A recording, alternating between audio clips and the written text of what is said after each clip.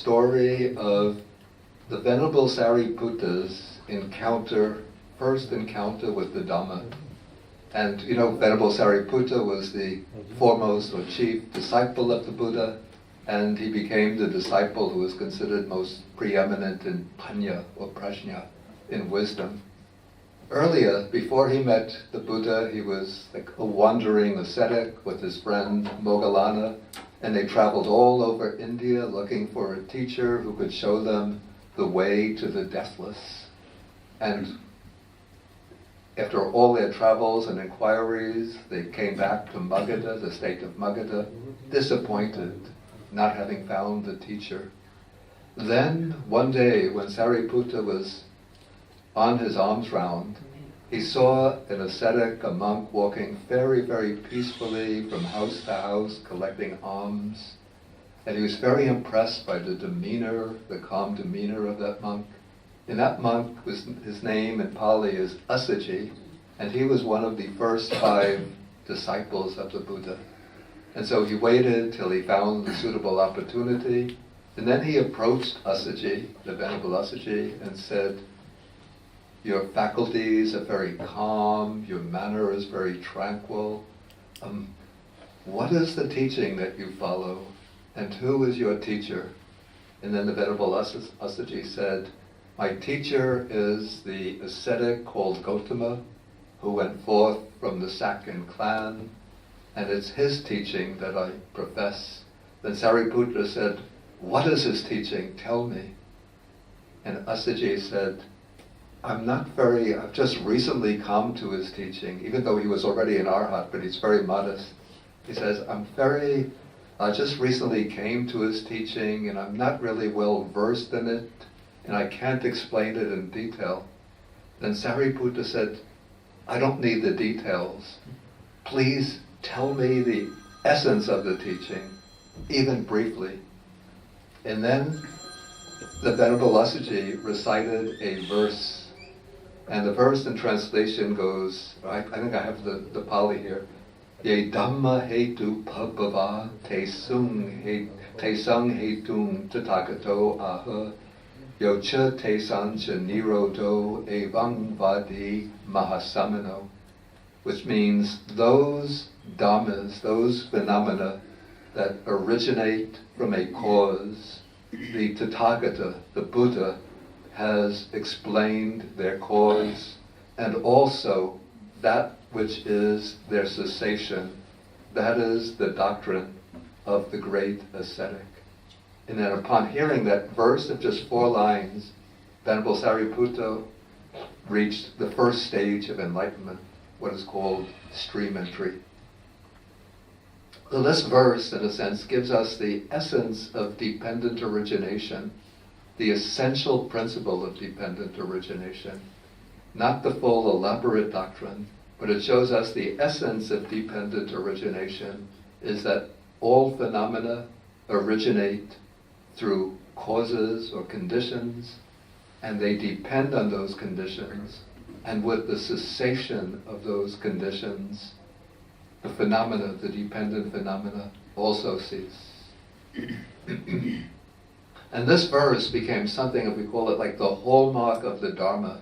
So I believe in various languages it's inscribed on monuments throughout India, some in Sanskrit, some in Pali, some in other variant languages.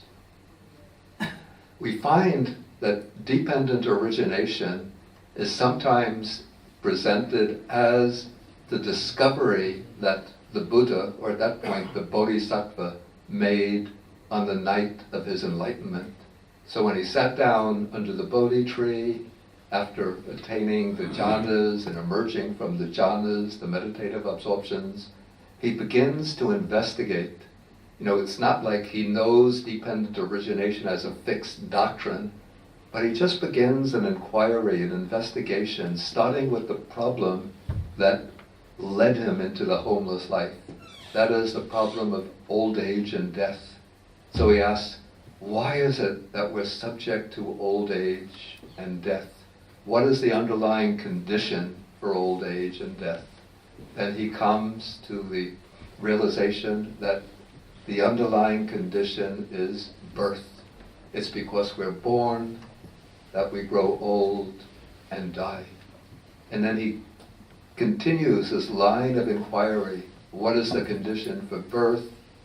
That's existence. What is the condition for existence?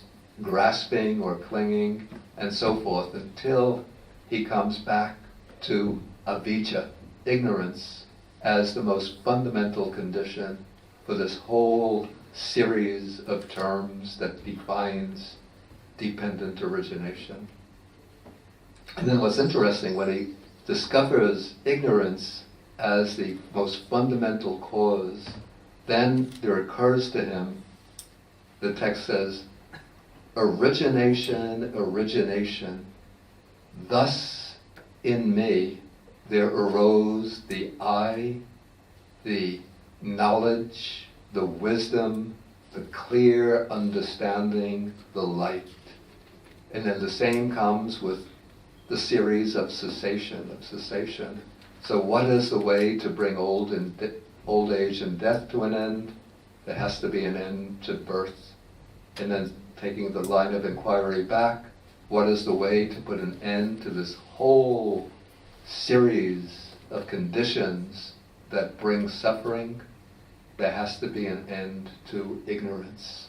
And so with the cessation of ignorance, avijja, the whole series of terms falls down, sort of like a falling row of dominoes. Ignorance ceases, the sankhara ceases, all the ways when birth ceases, old age and death ceases. And then the thought occurs to him, cessation, cessation. Again he says, thus in me there arose the eye of vision, there arose knowledge, there arose the wisdom, there arose the clear understanding, there arose light. And so this shows that dependent origination was the discovery that the Buddha made on the night of his enlightenment. It was the discovery that brought his enlightenment. And so we find some other texts which say, I think it's Šariputre who says this, that one who sees dependent origination sees the Dhamma, and one who sees the Dhamma sees dependent origination. Okay, to explain the whole series of dependent origination, the 12-fold series, becomes a very complicated matter which could take the whole, it would really require a sequence or a set of lectures to cover the whole series.